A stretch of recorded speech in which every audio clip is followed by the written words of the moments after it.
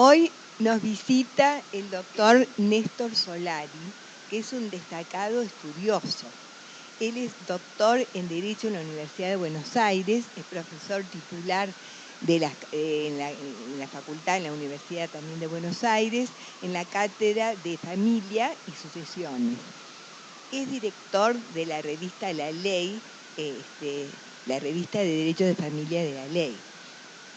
Y ha hecho numerosas publicaciones y libros, y tengo que decirles que ellos dos, ella es la doctora Carolina Finocchio, que nos va a acompañar al doctor Solari, que es especialista en Derecho de Familia, abogada, y es docente universitaria y coautora en publicaciones sobre salud mental y sobre derecho de familia. Pero ellos dos colaboran generosamente en los cursos del Fuero de Familia, de la Escuela Judicial, de la Asociación de Magistrados. Bueno, hoy el tema de divorcio que les toca es interesante por todos los cambios que vamos a tener. Bueno, los dejo con el doctor. Bueno, ¿qué tal?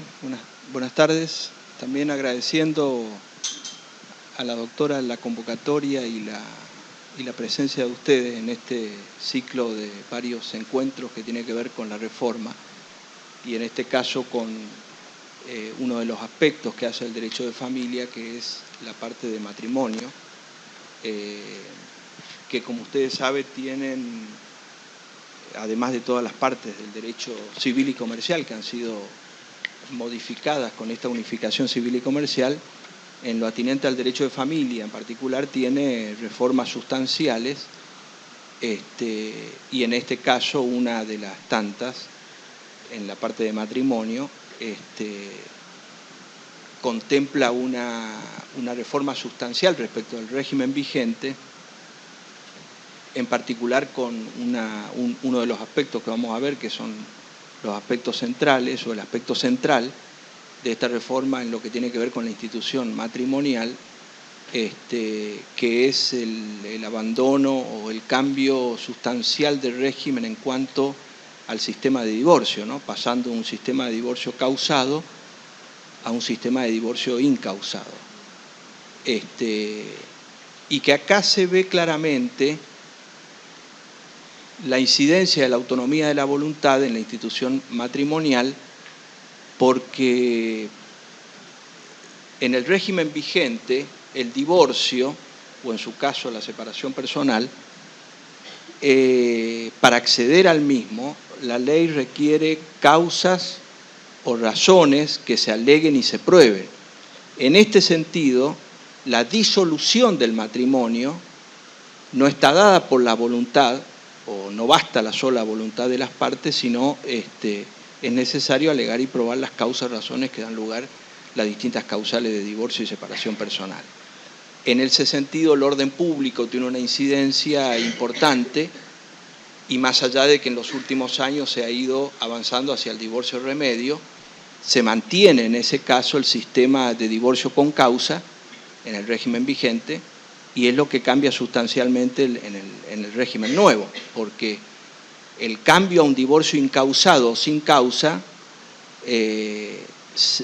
visualiza acá claramente la incidencia de la autonomía de la voluntad, en cuanto a que en un sistema de divorcio sin causa el matrimonio, la vigencia del matrimonio perdura mientras perdure la voluntad común, y en consecuencia basta con la voluntad unilateral, ni hablar la voluntad de común acuerdo, para poner fin al matrimonio y disolver el vínculo matrimonial. Y entonces en este caso se ve claramente la autonomía de la voluntad, o la incidencia de la autonomía de la voluntad, en la cual ya no hay que alegar ni probar causas o razones para poner fin al matrimonio. Y esa incidencia de la autonomía de la voluntad dentro de la reforma en general, acá en matrimonio en particular, se ve claramente en este sistema de divorcio sin causa, ¿no? Ahora, después vamos a ver que ese sistema de divorcio sin causa, cómo se compatibiliza con el procedimiento establecido en el mismo código de fondo respecto al proceso de divorcio en sí, si tiene armonía o no. Pero digo, desde este punto de vista está claro que la reforma es sustancial en punto a la incidencia de la autonomía de la voluntad y a la perdurabilidad del vínculo matrimonial mientras perdura esa voluntad común. Y sería coherente con este sistema de la incidencia de la autonomía de la voluntad en este proceso de reforma. Obviamente la discusión doctrinaria es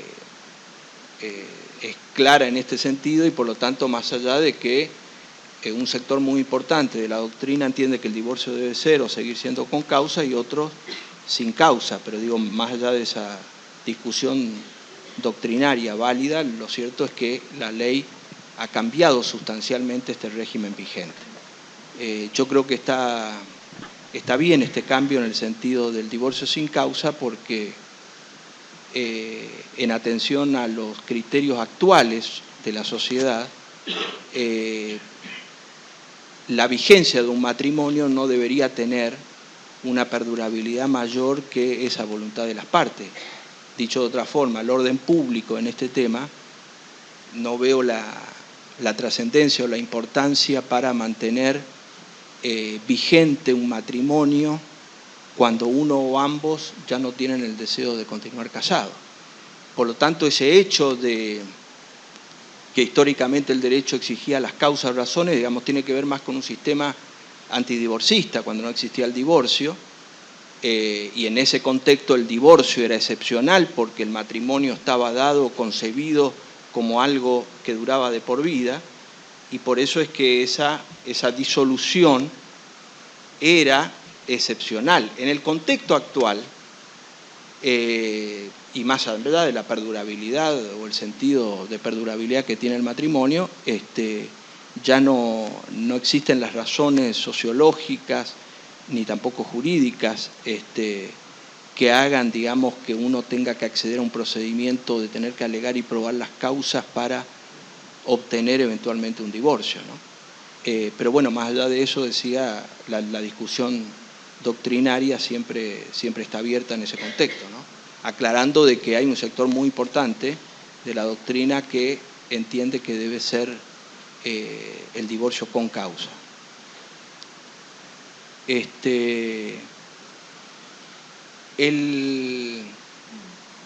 Antes de esto, de que es lo central en la parte de matrimonio, hay una aclaración que hacer con respecto a algunos aspectos previos quizás que se mantienen o modifican, siempre en relación al matrimonio, y en principio con los impedimentos.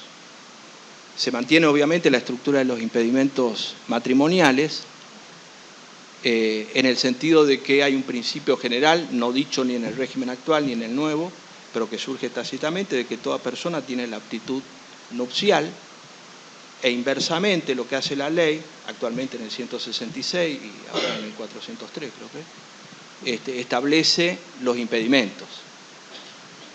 Por lo tanto, los impedimentos son las causas que optan a la celebración del matrimonio. En ese sentido, se mantiene la estructura de los impedimentos con algunas reformas y básicamente dos para destacar. Una con respecto a la edad, porque el régimen del 166 actual y el 403 dice y sigue diciendo no tener la edad de 18 años.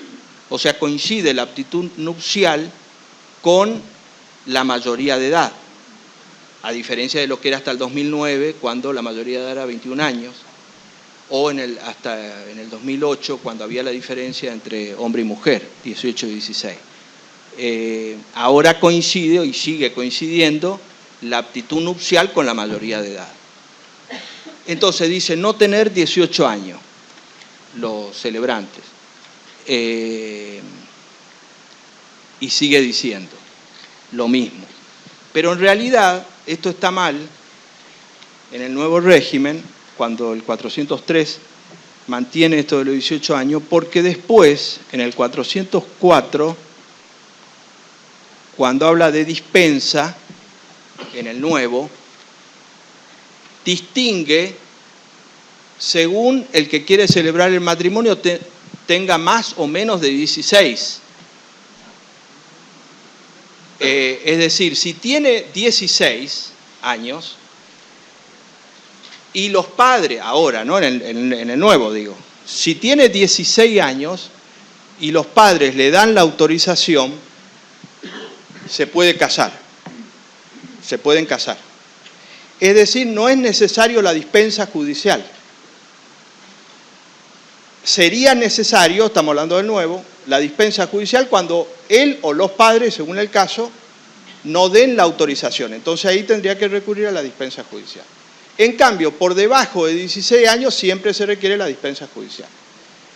Eso es distinto al régimen actual, porque en el régimen actual la dispensa judicial es para todos los que tengan menos de 18.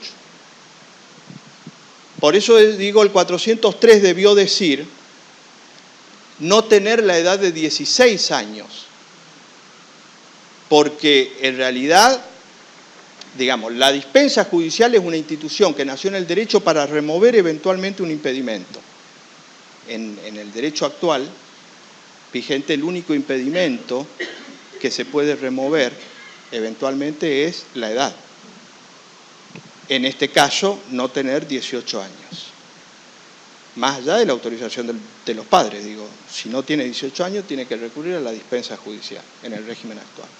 En el nuevo, aunque reproduzca eso, no es así, porque cambió, porque en realidad a la dispensa judicial, o mejor dicho, el impedimento matrimonial de la edad legal ahora es 16, porque a partir de los 16 años basta extrajudicialmente que los padres den la autorización, o sea, no es un impedimento.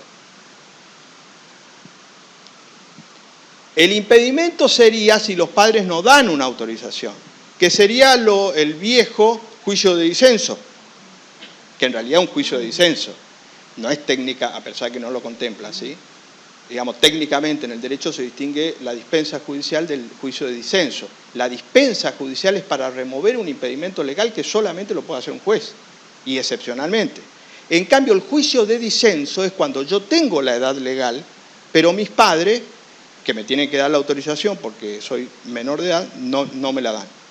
Entonces, tengo que recurrir a la vía judicial. Pero yo tengo la edad legal.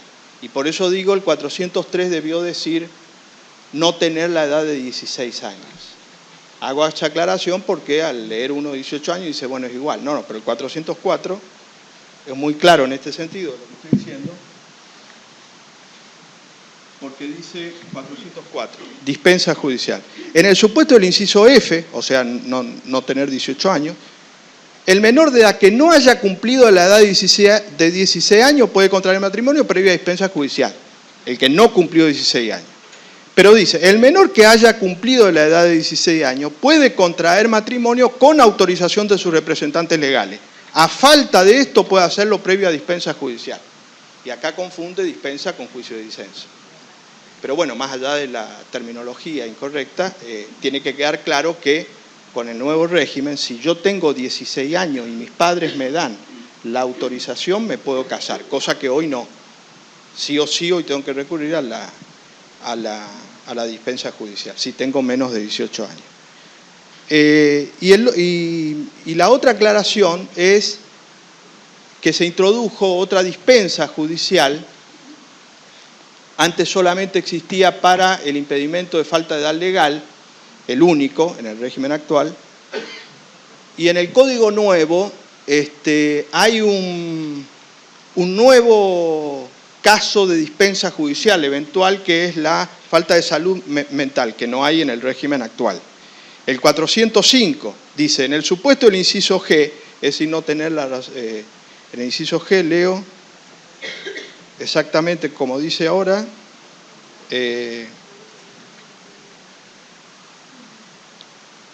la falta permanente o transitoria de salud mental que le impide tener discernimiento para el acto matrimonial. Eso igual que ahora. Pero a diferencia de ahora, si yo tengo esa falta de salud mental, que no me puedo casar, se prevé la institución de la dispensa judicial, como en el caso del menor de edad, para yo recurrir y eventualmente obtener una autorización para casarme. Dice el 405, falta de salud mental y dispensa judicial. En el supuesto del inciso G del artículo 403 puede contraerse matrimonio previa dispensa judicial. La decisión judicial requiere dictamen previo del equipo interdisciplinario sobre la comprensión de las consecuencias jurídicas del acto matrimonial y de la aptitud para la vida en relación por parte de la persona afectada. Es decir que se podría remover ahora también el impedimento de falta de razón para contraer matrimonio. Entonces habría dos casos de impedimentos subsanables o removibles judicialmente, que sería la edad, como hoy, y se agregaría la salud mental. La diferencia que me parece importante en este caso de salud mental, y de acuerdo a la última parte que leí, y sin perjuicio de que sea una facultad judicial, tanto la del menor de edad como la falta de salud mental de dar la dispensa, porque digamos no es automática, sino que tendrá que valorar las circunstancias del caso, es que en caso de salud mental se requiere el dictamen del equipo interdisciplinario desde el punto de vista médico, más allá que la decisión la tiene el juez, pero está obligado a tener el dictamen interdisciplinario. En ese sentido, legalmente se ha avanzado mucho respecto a la ley de salud mental en cuanto a la incidencia o a la intervención de la interdisciplina para la decisión de los actos judiciales, y que en este caso seguiría acorde con esta idea, porque obviamente técnicamente tendría que tener este dictamen. En cambio no se ha avanzado respecto de los menores de edad, porque fíjense la diferencia, porque respecto al menor de edad, si una persona de 15 años se quiere casar, el juez va a determinar subjetivamente, tanto en el régimen actual como en el nuevo. Y esto es una diferencia importante de marcar, porque así como en salud mental, por eso decía se ha avanzado con la interdisciplina, respecto del menor de edad no, porque está muy fuerte todavía la idea tutelar. ¿En qué sentido digo esto? Porque por más que tanto en el régimen actual como en el nuevo el juez tiene que tener una entrevista personal con el menor, la realidad es que si yo tengo una entrevista personal con el menor de 15 años, la comprensión de ese acto es muy subjetivo como dictamen, como resolución desde el punto de vista estrictamente legal. Es decir, yo como juez, siendo abogado, no tendría una valoración científica respecto de la comprensión de este acto, excepto que surja muy evidentemente en sentido negativo, es decir, que yo tenga un contacto con una persona de 15 años y ya la vea 2 minutos y digo, no solamente no puede casarse, sino que no puede andar solo por la calle, digamos. En ese caso, si es visible, sí yo podría tomar una decisión en ese sentido. Pero normalmente, la valoración judicial, y por más que haya contacto personal respecto de un menor de 15 años, por eso digo, digamos, sigue siendo muy subjetiva. Y por eso digo, no requiere, ni ahora ni en el nuevo, el dictamen médico en este sentido. Que me parece que una diferencia importante en cuanto al nuevo texto, ¿no? Con respecto al sistema eso con respecto a los impedimentos sería lo más importante en relación al cambio de lo nuevo y lo anterior. El sistema de nulidades matrimoniales, también hay una aclaración que hacer, que es el nuevo código mantiene la institución de las nulidades. En realidad la institución de las nulidades, las nulidades matrimoniales específicamente, no las nulidades de los actos jurídicos, se ha introducido en el derecho civil como consecuencia cuando no había divorcio. Es decir, que era un régimen especial para establecer la nulidad del acto jurídico matrimonial. Muchas legislaciones que siempre históricamente han tenido el divorcio o que han incluido el divorcio con posterioridad han suprimido las nulidades matrimoniales, dejando las nulidades de los actos jurídicos como cualquier otro acto jurídico. Sin embargo, el Código, fíjense que deroga la separación personal, solamente queda el divorcio, a la vez que establece este sistema, decía, del divorcio sin causa, pero mantiene el sistema de nulidades matrimoniales, manteniendo esta clasificación de nulidades absolutas y relativas como hay en el régimen actual. Lo que sí se deroga respecto del régimen actual es la impotencia como causal de nulidad. Es decir, los casos de nulidad absoluta son y siguen siendo parentesco, ligamen y crimen. Y la nulidad relativa de las existentes ahora, falta de edad legal, vicio del consentimiento y de salud mental, y hoy el 220 contempla la impotencia, esa causal es la que se deroga como nulidad o como causal de nulidad relativa. Pero en general se mantiene la institución de las nulidades y la clasificación también de absoluta y relativa con esta supresión de esta causal de impotencia que correctamente no tiene razón de ser. Fuera de esto, digamos, se mantiene este esquema del régimen vigente. Ahora, hay un sistema, con respecto a los derechos y deberes, un sistema que acá surge, en primer lugar, incoherente con lo que decíamos al comienzo, porque en el régimen actual, los derechos y deberes derivados del matrimonio tienen que ver con los efectos del divorcio. Es decir, las causas están vinculadas a los efectos, en las cuales depende cuál sea la causal o el procedimiento por la cual yo voy al divorcio, voy a tener los efectos. Inocente, culpable, enfermo, sano, separados de hecho o presentación conjunta. La ley estructura en el régimen actual una serie de efectos en relación a las causas. O sea que los efectos tienen una relación causal con las causas en el sistema actual. En el régimen nuevo se suprimió el divorcio con causa. Por lo tanto, se produce la ruptura entre las causas y los efectos. En consecuencia, los efectos derivados del matrimonio, tanto los efectos personales como patrimoniales, vivienda, alimento, vocación sucesoria, etc., es independiente de cuál haya sido la causa, porque ya no hay causa en sentido jurídico o técnico. Por lo tanto, los efectos se estructuran sobre otras circunstancias ajenas a las razones o los hechos o las causas que dieron lugar al divorcio. En razón de esto, los derechos y deberes del matrimonio, justamente en el régimen actual, el 198, el 199 y el 200, digamos, tiene que ver que esos derechos y deberes, el incumplimiento de esos deberes genera causales de divorcio, correlativamente inocente y culpable, ¿no es cierto? En el régimen nuevo, a pesar de haberse derogado el sistema de divorcio con causa, el 431, el artículo 431,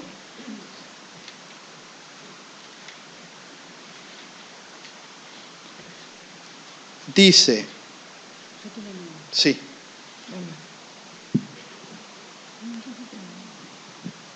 Bueno, hola, buenas tardes. Gracias, doctora, por convocarnos. Antes de leer lo del 431, a mí me gustaría hacer una introducción sobre abordar el tema de cómo están hechos, cómo se utilizó, qué método se utiliza y fue incorporado en este código nuevo. Bajo relaciones de familia está dividido en 8 títulos. Esto es importante como para que después podamos recurrir y saber dónde y cómo están. La división que hace es, primero está el primer título, es de matrimonio, régimen patrimonial del matrimonio, uniones convivenciales, parentesco, filiación, responsabilidad parental y proceso de familia. Este último que está incorporado dentro del código nos parece realmente de mucha utilidad. Cada uno de estos títulos tiene disposiciones generales, entonces está bien también como fuentes y como interpretación de las normativas y qué decirles de cuando haya alguna laguna, que va a haber muchas, no coincidimos en casi nada, así que van a tener que recurrir bastantes. Los cambios que se han incorporado, yo recién cuando leía uno, ustedes habrán escuchado que lo llamaba de otro modo, porque este código específicamente trae cambios. Por ejemplo, ha incorporado, lo voy a leer para no dejar pasar ninguno. Bueno, como decía Néstor, la disminución de los deberes personales, que ahora vamos a verlos específicamente, los que enumera el 431, la diferencia con los efectos, y está bien decir que ha disminuido tanto los deberes en el matrimonio que tienen menos deberes que cualquier otro contrato. Cualquier otro, ¿vieron? Si ustedes leen la ley de consumo, ahora todo el mundo habla de la ley de consumo, la protección y defiéndase y demás, hay una normativa específicamente que dice el trato con dignidad. Acá en el matrimonio, ¿ven lo que dijo Néstor? Lo dijo 2 veces, para que a ustedes les quede clarito. Si el matrimonio persiste mientras las voluntades quieran, ¿no? Si uno de ellos no quiere, buenas tardes, y acá no pasó nada, porque ya no hay plazos, no hay caracteres que puedan, o causales que pueda haber una calificación de conducta. Así que esa es una de las cosas que obviamente llama la atención.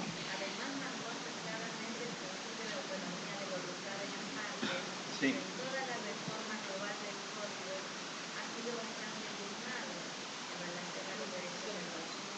Claro, pero por eso. Sí. Sí, pero hasta ahí no más. Porque justamente el tema acá es que el 431 no tiene relación causal con esto que estamos diciendo. Claro.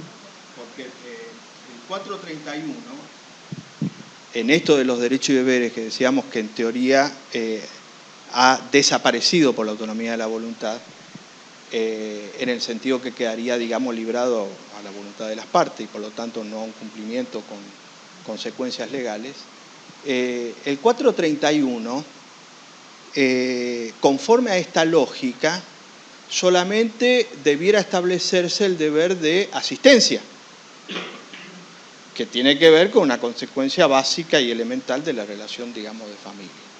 Pero el 431 dice que existe el deber de convivencia y el deber moral de fidelidad. Entonces, además de ser deber moral de fidelidad, ya es cualquier cosa, porque, digamos, los deberes son jurídicos, morales, no. Pero digo, el haber puesto el deber moral de fidelidad, el incumplimiento de esos deberes, la convivencia y la fidelidad no tiene consecuencias hoy, ¿está? Claro, en los efectos, porque no hay ninguna relación causal.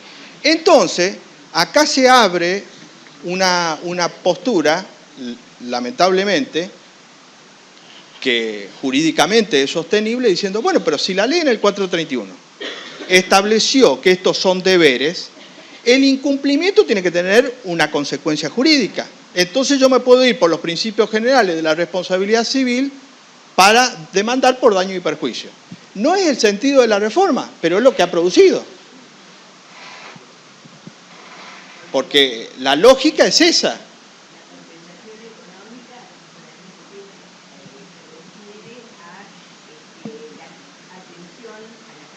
Claro, claro.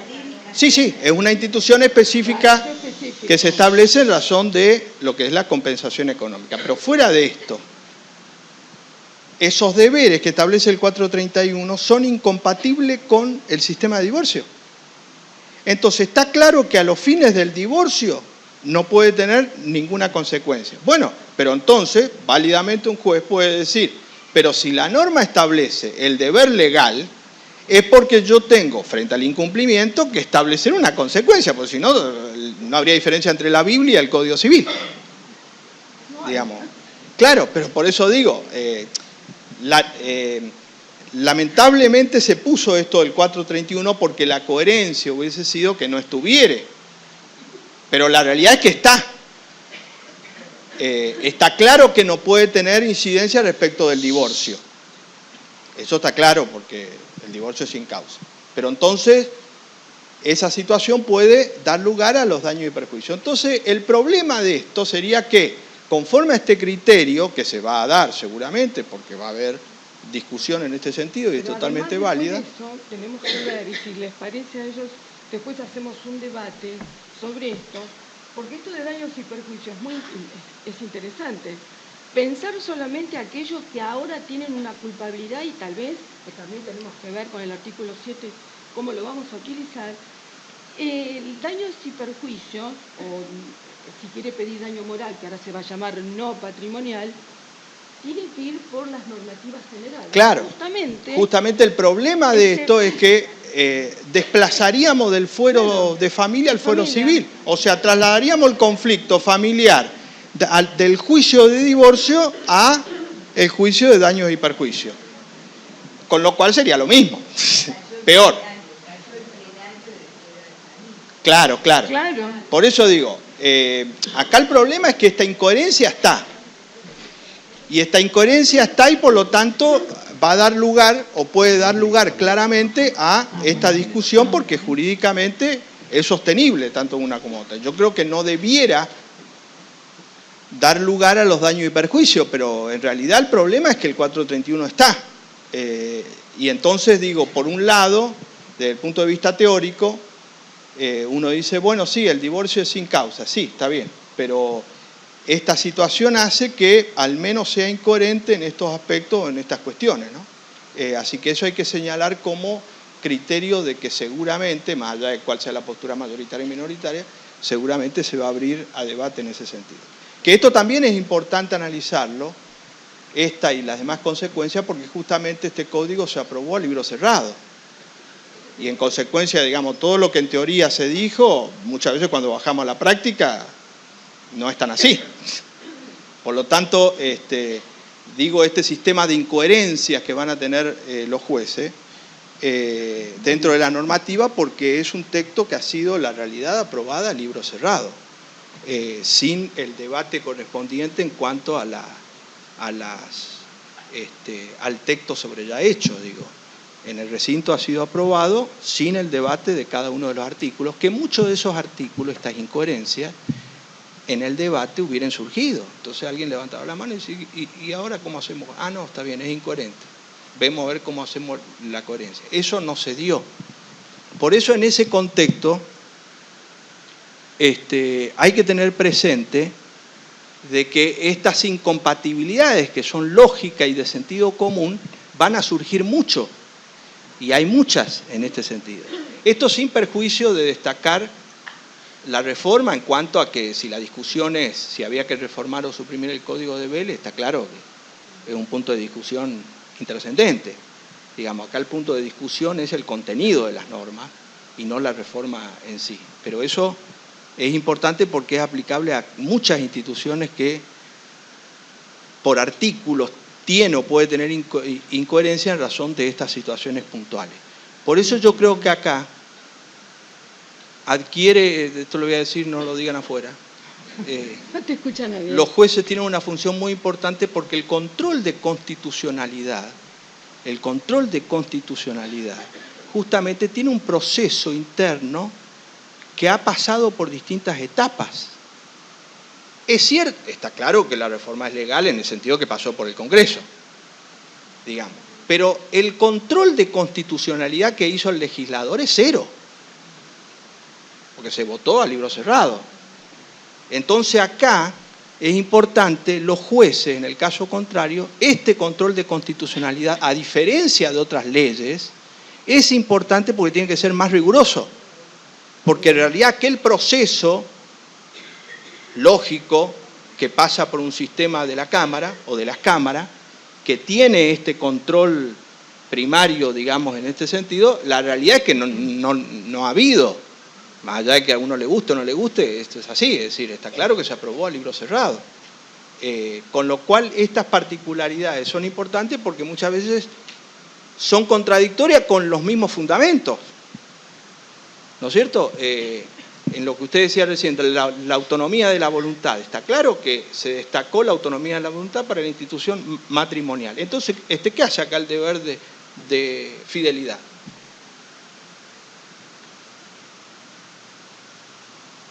O el deber de convivencia. La realidad es que está. Y por lo tanto, eso al menos es incompatible con la teoría. Más allá que a uno le pueda gustar o no un sistema u otro, digo. Pero el sistema de divorcio sin causa requiere la supresión de todos estos derechos y deberes legales. No significa que no existan en la realidad. digamos, desde el punto de vista sociológico, porque el cumplimiento del deber de fidelidad o de convivencia deviene de lo sociológico y no de lo jurídico. En realidad el matrimonio, normalmente la gente cuando se casa se va a vivir junta, normalmente, y no porque lee el 198 o 199. Esa es la realidad. O el deber de fidelidad, porque vamos a suponer, ahora, si uno dice, desapareció el deber de fidelidad en cuanto a los efectos del divorcio. Entonces, vamos a suponer, a partir del 1 de agosto, una persona llega a su casa y le dice a la mujer, mirá, yo salí anoche con tu amiga y pasé 5 horas con ella en un hotel. ¿Cómo? Me dice, sí, mirá, desapareció el deber de fidelidad. En realidad ese matrimonio se termina, pero no porque no esté en el artículo, o porque está en el artículo, o no, sino porque tiene que ver con ese proyecto de vida común. Una persona que no tolera la infidelidad, digamos, ese matrimonio en los hechos está terminado. Y otro que lo tolera le dice, bueno, no importa. Por eso digo, eso está impuesto por la realidad y no por la norma eventualmente. Estás moderno, por lo visto. No. Digo porque durante el debate, algunos habían dicho, si desaparecía el deber de convivencia y de fidelidad, ¿qué le queda al matrimonio? Y todo lo que hay. O sea, si legalmente desaparece el deber de fidelidad y el de convivencia, el 1 de agosto sigue siendo exactamente igual. No es que la gente, los casados, van a empezar a salir a la noche y salen con una, con otro. Eso es una imaginación de algunos, digamos. Y por lo tanto eso tiene que ver con una situación sociológica y cultural más allá de lo legal o de las consecuencias legales, la tolerancia o la intolerancia en ese sentido. Pero bueno, el tema es que al estar estos deberes, plantea esta discusión legal, abriendo al fuero de daños y perjuicios la posibilidad de debatir todas estas conductas. Y donde un juez haga lugar a los daños y perjuicios, estamos muertos.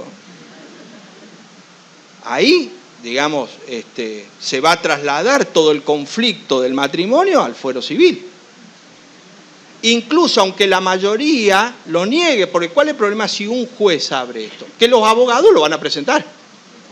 Y si el juez de primera instancia no hace lugar, va a ir a la Cámara. Entonces la judicialización y el conflicto, más allá del resultado, aunque después el resultado final sea que el 90% no admita los daños y perjuicios. Sí, pero ese es un problema ya de efectos del juicio. Acá el tema es que yo me metí en un juicio, con todo lo que eso significa, todo tiempo, costo, etcétera, etcétera, que la ley deja abierta esa posibilidad. Entonces viene un abogado y me dice, mire, yo me separé y mi marido se fue con otra.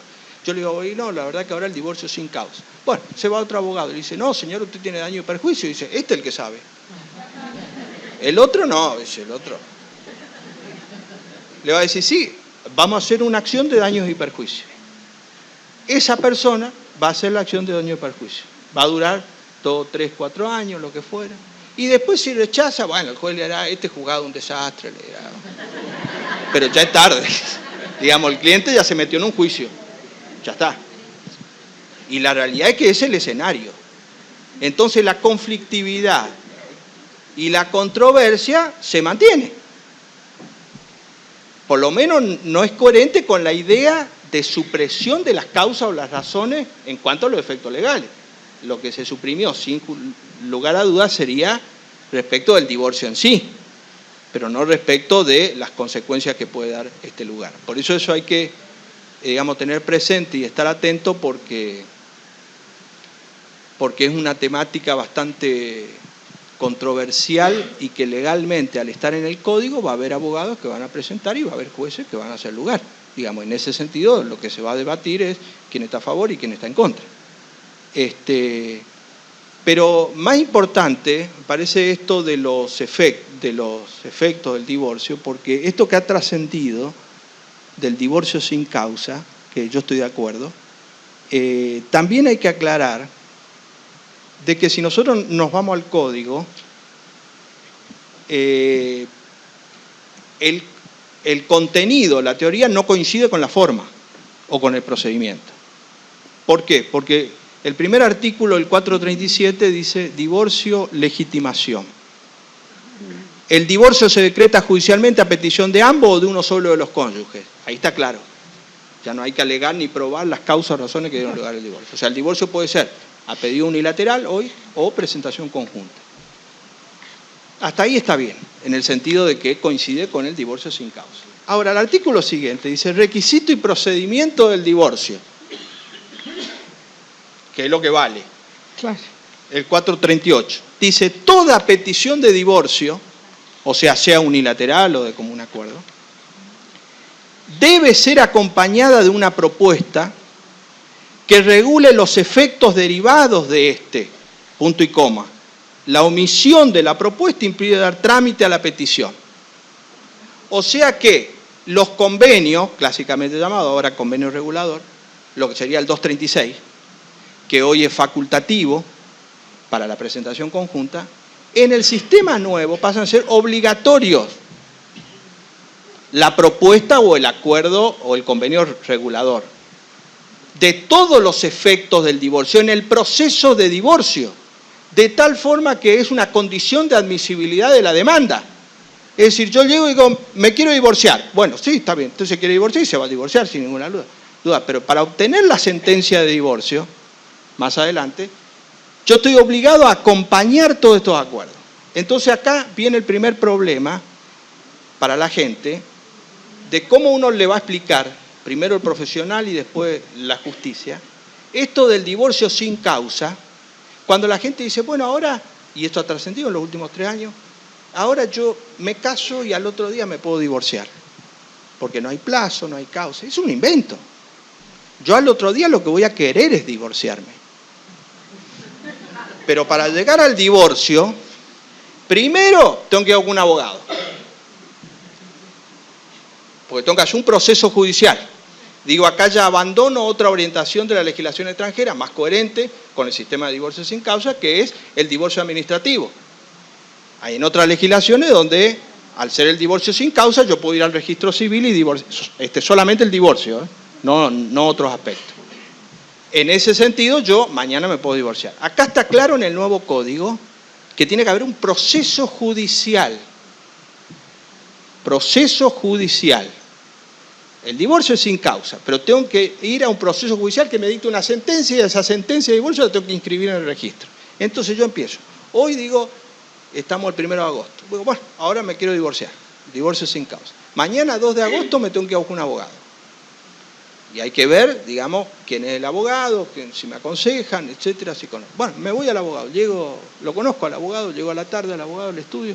Digo, doctor, yo me quiero divorciar porque el divorcio es sin causa. Y me dice, bueno, sí, ¿usted tiene hijos? Sí. ¿Tiene vivienda? Sí. ¿Tiene bienes? Sí. Bueno, hágame en un papelito toda una propuesta. Pero doctor, yo me quiero divorciar. No, usted hágame una propuesta. De todos estos aspectos, alimentos, etcétera, etcétera. Me trae a mí eso. Al otro día, se quedó toda la noche. Se quiere divorciar y dice, esto es un divorcio sin causa. Ya imagínense los plazos. Llega el abogado. El abogado le dice, bueno, señora, pase entre una semana o 10 días a firmar. Porque tiene que hacer una demanda. Y aparte todo eso que le puso hay que ver si tiene proponibilidad jurídica. Entonces yo tengo que armar una demanda con todos estos aspectos, obligatoriamente. Fíjense que el cliente lo que quiere es divorciarse. Sin embargo, tiene que tener todos estos requisitos, y por eso digo, voy a la vigencia temporal y voy al procedimiento. En este caso le digo, mire, usted tiene una vivienda así, me dice, y la escritura no sé dónde está. Bueno, vaya y búsquela. Tiene que ir a buscar, a ver, o sea, yo todo eso te tengo que acompañar porque la documentación hay que acompañar. En el juicio de divorcio estamos hablando, Bueno, vamos a suponer que yo hago rápido el escrito, la demanda, pasa a firmar, ya después que pasa una semana me dice, y este abogado dice, sabe poco, porque indudablemente el nuevo código no lo leyó porque no vino hoy. El divorcio con causa, es sin causa. Dice, aparte yo escuché en la televisión que si yo me caso hoy y mañana me divorcio, ya está. El primer problema va a ser para el abogado, porque tiene que hacer esta demanda, explicarle toda esta situación. Bueno, yo termino la demanda, paso a firmar, entonces presento al juzgado. Eso tiene que hacerse el traslado. Ya a los 3 días me llama el cliente y me dice, doctor, ¿ya está la sentencia? Le digo, no, está presentada en el juzgado. Pasaron 10 días, me dice, este juzgado no sirve para nada. divorcio sin causa, imagínense, tiene que haber un traslado, contestación de demanda con otra propuesta. ¿No es cierto? Miren ya todos los días que pasaron. Sí, entonces sigo. Si el divorcio es peticionado por uno solo de los cónyuges, el otro puede ofrecer una propuesta reguladora distinta. Al momento de formular las propuestas, las partes deben acompañar los elementos en que se funden. Los elementos en que se funden. O sea, no es que digo, bueno, yo quiero tal cosa, tal otra. Por eso digo, fíjense lo que significa el procedimiento, más allá de la teoría, el divorcio. De oficio o a petición de las partes que se incorporen, el juez puede ordenar de oficio o a petición de las partes que se incorporen otros que estimen pertinentes. Las propuestas deben ser evaluadas por el juez, coma, y ahí viene ya lo impresentable, porque dice, debiendo convocar a los cónyuges a una audiencia. Le digo, ¿para qué quiero una audiencia? Si yo me quiero divorciar y el divorcio es sin causa. Ah, no, pero hay que hacer una audiencia. Pero esta es la diferencia, discúlpame, porque si no pareciera que ahora nadie se casa o todos se casan y al día siguiente se descasan. No, tampoco es así. ¿No? Pero entonces, ¿qué los abogados, claro, bueno, no, bueno, está bien. Lo de la audiencia, a mí me parece que puede ser interesante. No va a haber las dos audiencias que tenemos ahora, va a haber una sola audiencia, pero no para reconciliarte. Pero claro, el problema es para qué. Pero... Es decir, perdón, acá estamos en el divorcio. Acá estamos en el divorcio. Acá nos estamos divorciando. Acá estamos en el juicio de divorcio. En el juicio de divorcio. Por lo tanto, esto de las audiencias, que es con respecto a los efectos, que está no claro. Conciliar, bien, no, lógico, está claro eso, justamente. Esto de la audiencia es por las desavenencias que hay respecto a los efectos. Alimento, atribución de la vivienda, claro, liquidación de sociedad conyugal, etcétera, etcétera. Pero eso, lo que quiero decir es que otra historia. O sea, la ley tiene que separar el juicio de divorcio de los efectos. Con más razón si el divorcio es sin causa, porque si no es todo un cuento. Digamos, en teoría es bárbaro, pero después en los procedimientos pasa a ser como un procedimiento de divorcio con causa. La única diferencia inexorable que sí habría es que en el sistema actual de divorcio el juez podría rechazar el divorcio. Con el nuevo sistema no habría posibilidad que el juez rechace el divorcio. Eso está claro. Ahora, el tema es el camino procesal que yo tengo que pasar para obtener el divorcio sin causa. Sí.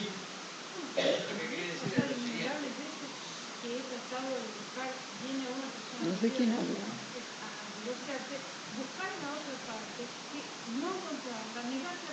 Sí, ahí está. Todo eso hay que seguir haciéndolo. Exactamente.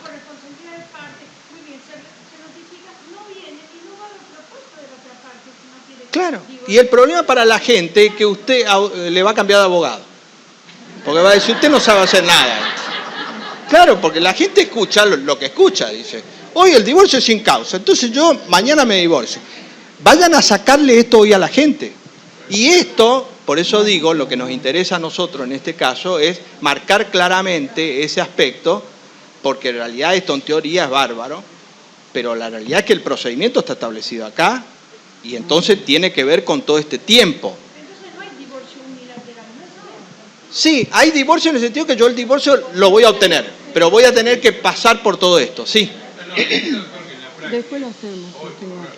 Pero, claro, claro. En la práctica nuestra audiencia no se usa, salvo... Justamente en el sistema... Sí.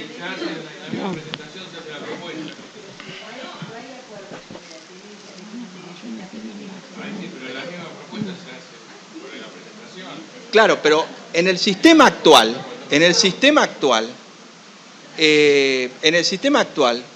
que es el divorcio con causa, fíjense que cuando se incorpora la 17.711 la presentación conjunta, doctrinariamente se estaba en contra de la presentación conjunta, porque me acuerdo que Jean Vía en el 68 escribió diciendo en realidad que no había divorcio además, era separación personal, decía se introduce la vía contractual en el matrimonio. Es decir, las partes ahora, por presentación conjunta, podrían. Por eso es que se puso causas graves que hagan moralmente imposible la vida en común. Sin embargo, del 68 al 87, que se admitió el divorcio, cuantitativamente el mayor número de divorcios, separación personal, pasó a ser por esta vía. Porque la realidad es que la gente se quería divorciar, se divorciaba en su gran mayoría. Y después la 23.515, la causal más invocada hasta hoy es la separación de hecho. ¿Por qué? Porque las partes encuentran, algo que no quiso el legislador, pero estableció en el 232, cuando dice, la confesión o el reconocimiento de los hechos es prueba suficiente. Entonces yo hace 2 meses que estoy separado de hecho. Los dos nos queremos divorciar y decimos, bueno, vamos a decir que hace 4 años estamos separados de hecho. Si yo digo eso y nos presentamos en forma conjunta, no hay apertura a prueba. Y por eso que se ha dado lo que se conoce, o lo que se conoció desde el punto de vista judicial, el divorcio exprés, que hay juzgados que han decretado el divorcio en 20 días o 30 días. Eso con el procedimiento actual. Con el nuevo, ni loco yo obtengo a los 20 días esto. Estamos hablando de un sistema de divorcio con causa. Sí.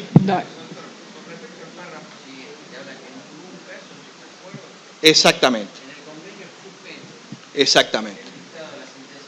Bien. Bien, no. Lo que está diciendo y que tiene que quedar claro es que el divorcio se va a decretar sí o sí. Ahora, lo que no dice, por eso digo, esto es importante analizarlo, porque lo que no dice es, estamos en el juicio de divorcio, tiene que convocar la audiencia, en el juicio de divorcio. Lo que no dice, que debió decir al menos, que el primer proveído tiene que ser el divorcio. Es decir, yo, el juez, puedo tener como primer proveído el divorcio o el último. Porque la realidad es que el divorcio yo lo tengo que decretar. Y voy a la práctica. Vamos a suponer que están en desacuerdo con alimentos o con la vivienda. El juez en el procedimiento está obligado a citar una audiencia. ¿Está claro? En el proceso de divorcio. Si el juez decreta, dicta un proveído y decreta el divorcio, que lo puede hacer en cualquier momento, las partes no vienen a la audiencia. Entonces, ¿cuál va a ser la práctica judicial? Va a decir, bueno, ya que tengo que convocar una audiencia, obligatoriamente, voy a dilatar hasta ahí el divorcio. Y es una facultad del juez. Y la práctica va a imponer esta circunstancia. Claro, bueno, con lo cual, el problema es atar o haber atado los efectos con el divorcio, que son 2 cosas distintas. Yo con los efectos tengo que ir por la vía pertinente. Es más, fíjense que la última parte dice, después que tiene que convocar a la audiencia, está obligado a convocar a la audiencia respecto de los efectos. Si hay un solo desacuerdo, está obligado a convocar a la audiencia. Dice, si existe desacuerdo sobre los efectos del divorcio en la audiencia, o si el convenio regulador perjudica de modo manifiesto los intereses de los integrantes del grupo familiar, las cuestiones pendientes deben ser resueltas por el juez de conformidad con el procedimiento previsto en la ley local. A ver si se entiende. Yo convoqué a una audiencia. Este me pidió alimento de 5 pesos y el otro 50. No hay ninguna posibilidad, se cierra el acta y se vaya por la vía pertinente. O sea, todo lo que se hizo hasta acá no sirve para nada. Porque ni siquiera tiene el juez la facultad, al menos que lo obliga la ley a citar una audiencia, a resolver. Porque si no hay acuerdo, estamos hablando del procedimiento de divorcio, si no hay acuerdo, tiene que cerrar en el acta diciendo no hay acuerdo, vayan por la vía pertinente. Entonces, la pregunta es, ¿por qué la ley me obliga a traer un desacuerdo que ya desde el inicio está manifestado, a transitar procesalmente en un montón de etapas en un juicio de divorcio? Porque yo en un juicio de divorcio, ¿qué es lo que quiero? Divorciarme. Nada más. El resto, vemos. ¿Cuál es el sentido de los acuerdos del 236 hoy? En la lógica.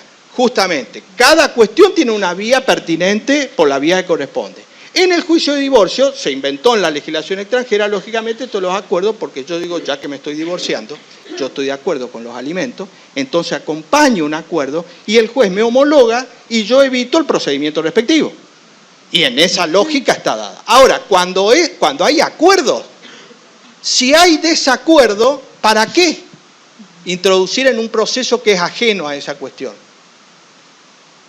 Ahí lo que digo es que el problema es que es incoherente con el divorcio sin causa. A ver, pero está bien. Yo le quería decir esto. Cuando dice, y creo que usted hizo la pregunta, que después va por incidente, ¿no es cierto?, en los desacuerdos. Como ahora, es decir, si no están de acuerdo, y el doctor lo está diciendo cuando lo presenta en forma unilateral y la otra parte no está de acuerdo. Si no, realmente no va a haber tantos inconvenientes como ahora. Y en caso de que no... Es decir, está así como ahora. Claro, por eso es lo que iba a explicar. Claro, pero acá... ahora, si hay acuerdo por el 236, los dos estamos de acuerdo sobre todas las cuestiones, va a seguir siendo igual. Y está claro, no es esa la hipótesis. O sea, si yo hoy, en el régimen actual, me quiero divorciar con mi mujer y estoy de acuerdo sobre todas las cuestiones, yo, en el nuevo régimen, va a ser igual, acompaño sobre todas las cuestiones. Esa especie dentro del género no me interesa, porque sigue siendo igual. A mí el que me interesa es el conflicto. Entonces, en el conflicto yo le estoy atando al que quiere unilateralmente el divorcio, porque le estoy obligando a llevar al proceso, no a acordar, pero a llevar al proceso de divorcio todas estas cuestiones. Entonces, formalmente y de fondo termina siendo un procedimiento engorroso, contrario a la idea, si es que todos estamos de acuerdo, la idea de un divorcio sin causa. Si la ley establece un divorcio sin causa, bueno, yo tengo que establecer un procedimiento acorde a esta lógica. Por eso digo, esta es la trampa que se estableció para decir, bueno, el divorcio es sin causa, pero vaya a pedir el divorcio.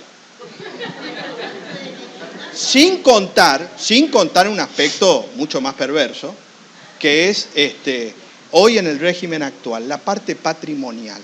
Y si las partes tienen bienes y uno no se quiere divorciar, olvídense. Porque cada vez en el régimen actual, un divorcio con causa, las partes dejan la disolución de sociedad conyugal fuera, ¿no es cierto?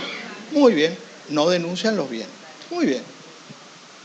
Entonces, hoy en el sistema yo estoy obligado a acompañar sobre todo estos acuerdos. Entonces yo llego hoy a mi cónyuge y le digo, mira, yo me quiero divorciar porque me quiero ir a casar con otra. Así que yo me voy a divorciar. Sí.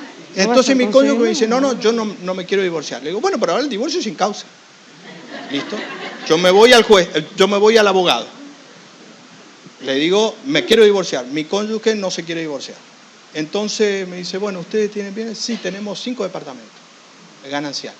Entonces el abogado me dice, bueno, mire, llámele a su mujer y dígale que no van a denunciar los bienes para no tener que pagar lo que tiene que pagar por la vía judicial.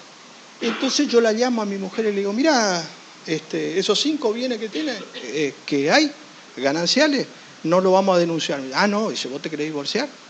Denuncia los bienes.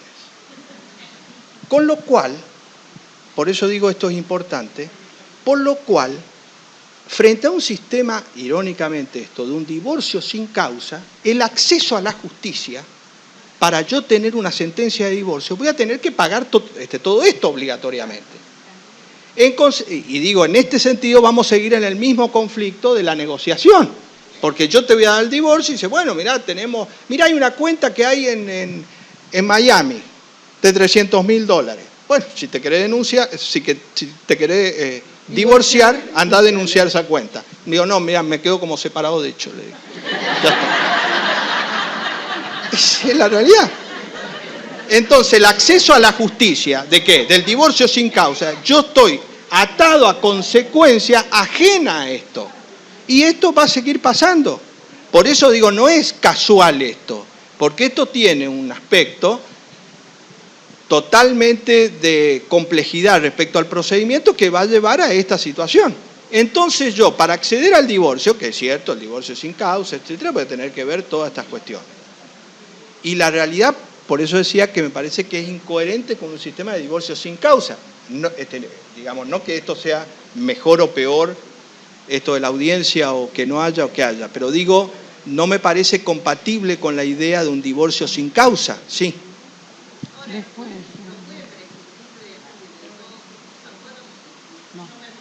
No.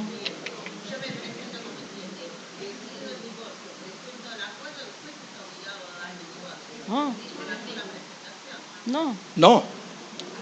Como condición de admisibilidad de la demanda, yo tengo que acompañar estos acuerdos. Claro, pero a ver, la propuesta reguladora es unilateral. El convenio regulador del 439 es de los dos.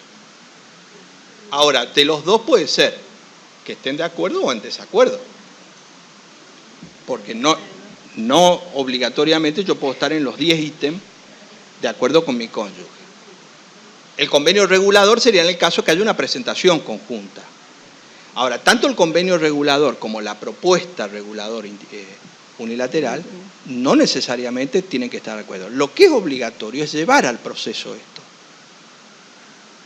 Y ese es el tema. No es que esto yo esté obligado a arreglarlo, porque el divorcio va a salir igual, eso está claro. No es que va a trabar el divorcio.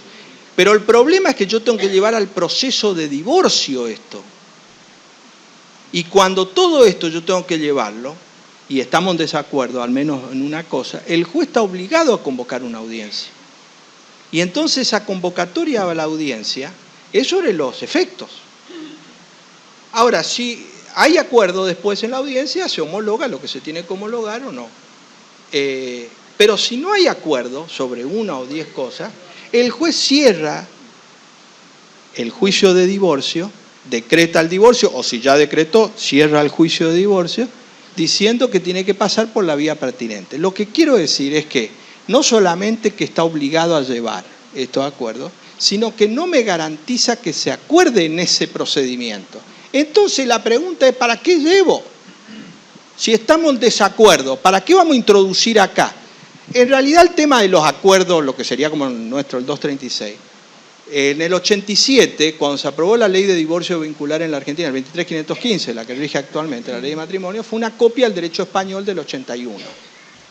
Y esto también en esta parte es una copia en gran parte, sobre todo el convenio regulador, el mismo nombre, tiene el derecho español. Es una copia del derecho español. O sea, nosotros nos independizamos de Colón, pero no todavía del Código de Familia de España. En este caso, fíjense que es una copia hasta con la terminología. En el 81, cuando en el derecho español se introdujo la presentación conjunta, lógico en esa época, en ese contexto, se decía, bueno, el divorcio es controvertido.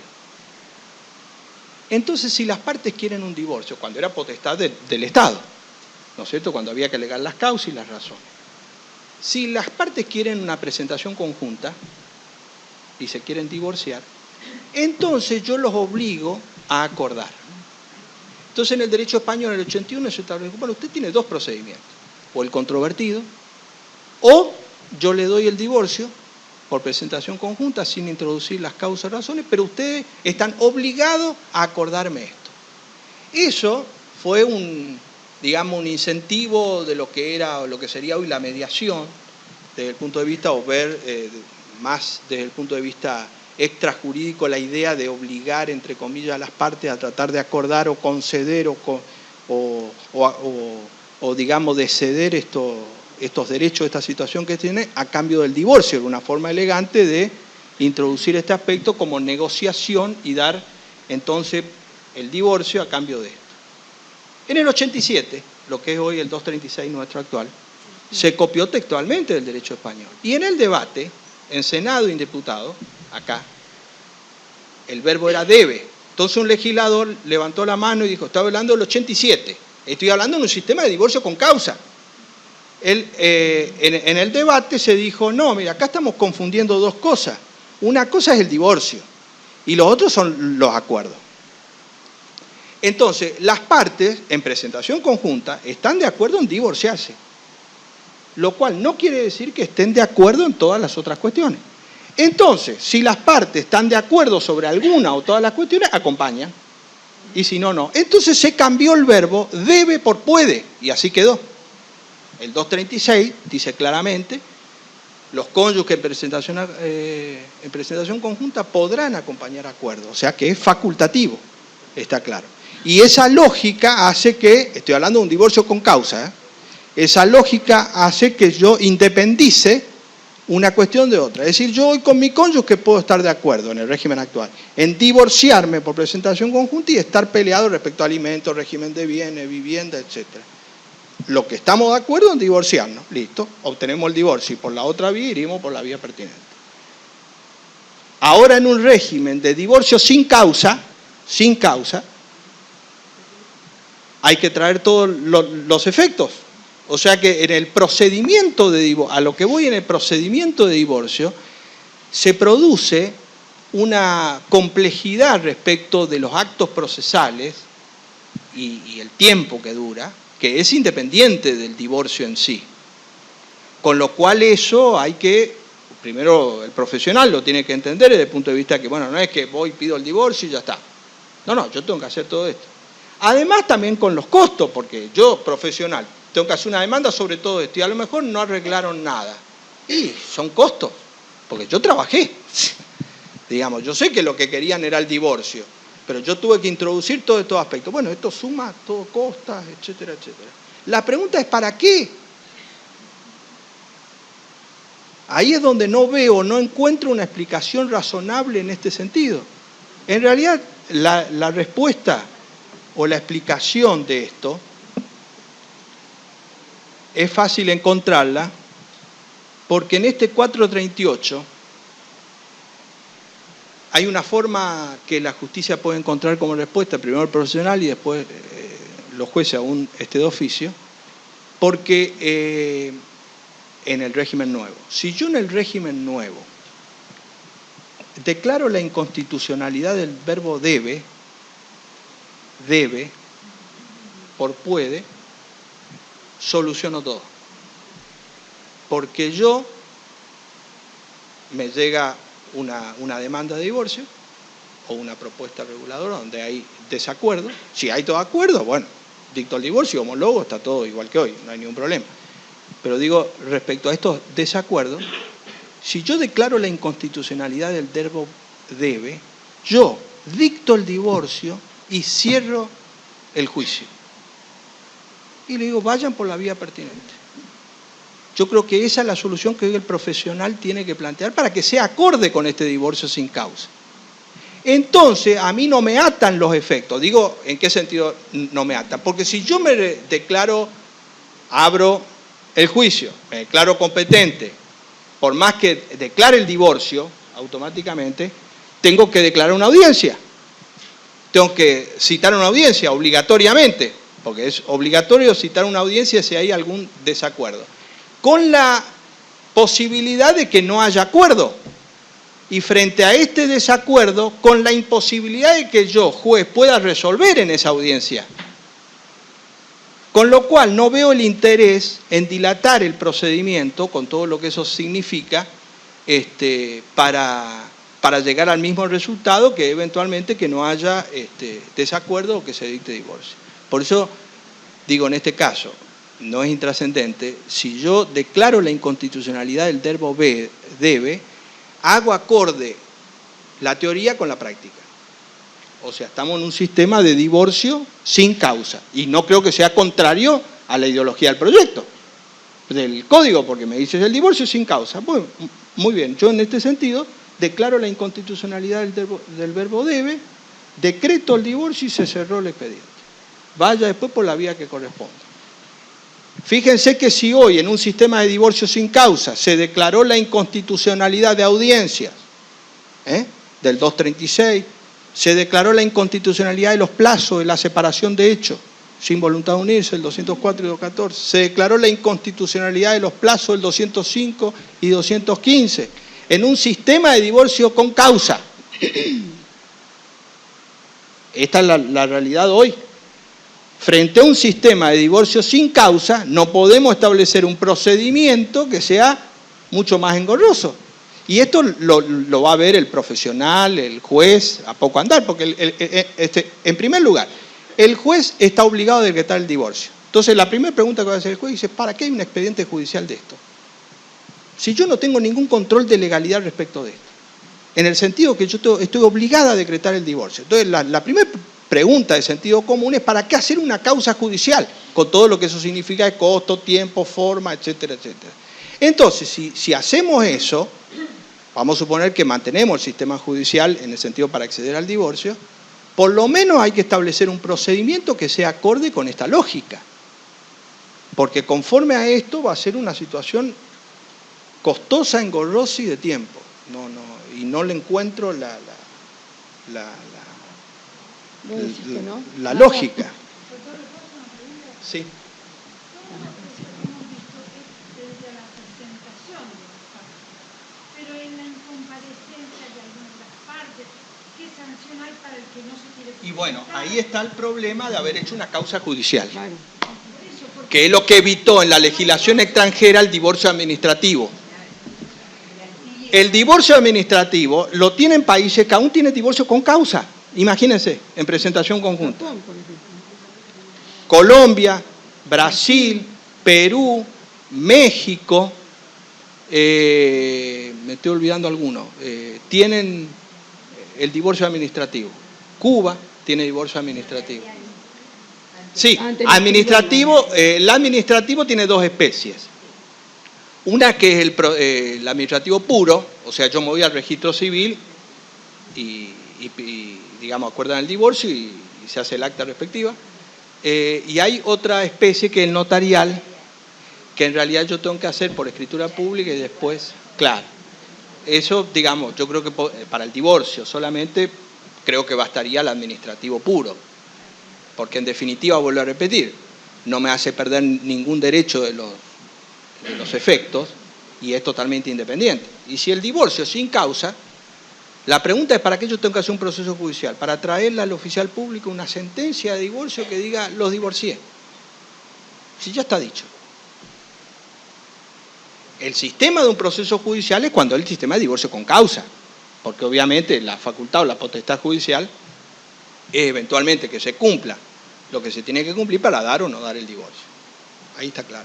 Pero en un sistema de hoy, en el nuevo código de divorcio sin causa, la pregunta es: ¿para qué un juicio de divorcio? La legislación extranjera lo resolvió esto en el sistema administrativo, incluso con el patrocinio letrado obligatorio. Que además creo que es favorable para todas las partes. El cliente viene y me dice: doctor, yo me quiero divorciar. Bueno, mañana ustedes nos encontramos en el registro civil, a las 10 de la mañana, nos divorciamos. Y me dice: ¿cuánto es? Tanto. Y queda contento. Me paga el doble de lo que... Imagínense, porque es así. Yo le di el divorcio al otro día. En el sistema ahora, el divorcio es sin causa. Hay que hacer todo un procedimiento, tiempo, yo me tengo que ir a ver el expediente todos los días, etcétera, etcétera. Aunque haya salido el divorcio, sigue el juicio de divorcio. O sea, vamos a suponer que un juez me da como primer proveído el divorcio. Listo, me dio el divorcio, pero el expediente queda abierto. Yo tengo que seguir. Entonces digo: ¿cuánto es? Me dice. Tanto. Le digo: después de 6 meses, dice, me hizo un divorcio después de 6 meses y me cobra esto. Un divorcio sin causa. Lo que le pueda cobrar es mucho, porque como tardé 6 meses en un sistema de divorcio sin causa, el cliente va a decir: encima me cobra. Por eso digo, no le veo la practicidad ni el orden público, ni el sentido común de establecer este procedimiento, pero la realidad es que está establecido este procedimiento. Y creo que este procedimiento no se le explicó a la gente. A la gente lo que le dije... ¿Cómo? Claro. Pero lógico. Es más, ¿cuánta gente lo que ejerce en la profesión? ¿Cuántos abogados dicen: yo estoy esperando el primer agosto para presentar el divorcio? Le digo: mira, si están de acuerdo, presentarlo ya. Claro. Pero además es una cosa totalmente incompatible. Porque si me escucha como me escuchó un abogado, me dijo: además es profesor de la facultad. Dice: ¿cómo me va a decir esto? Claro, imagínense una persona de sentido común. Lo primero que va a decir: nunca leyó el código. Porque además es contrario al sentido común. Pero la realidad es que es así.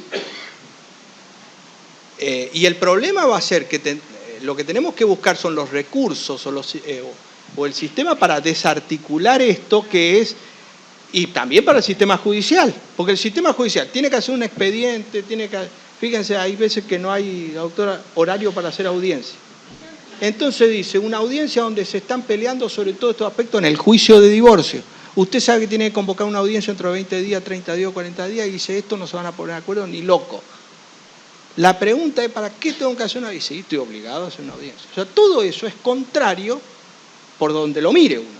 Para el cliente, para el abogado y para la justicia. Sí. Eso después lo vemos. Después lo vemos, Sí. porque vamos a hablar específicamente del artículo 7. Así después hacemos comparaciones y vemos cómo va a poder prosperar. Ah, bueno. Sí. Bueno. ¿Cómo? ¿Cómo? No se escucha.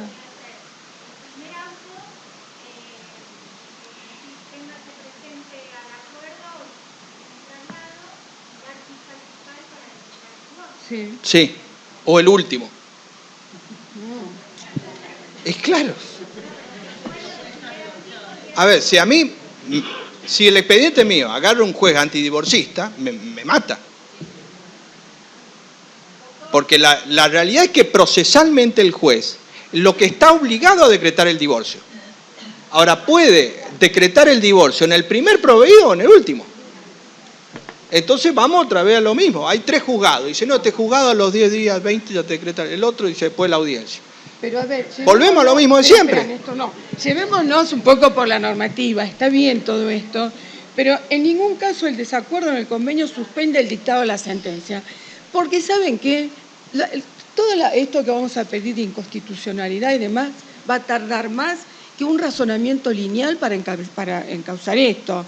Es decir, si la norma acá, esta parte, aunque no te guste, está y está claro, entonces nosotros, los abogados, los que ejercemos, que se nos complica, si pueden, si no pueden. En realidad, lo que está diciendo la norma, señores, a ustedes les rige la autonomía para iniciar un divorcio. Con este freno, usted tiene que acompañar este convenio porque hace a los efectos propios de lo que es el matrimonio, efectos personales y efectos patrimoniales. No, porque si no, los abogados que ejercemos, no sé a qué nos vamos a dedicar. Lo estoy viendo del abogado que ejerce. Bueno, vamos a hacer un intervalo y después seguimos discutiendo.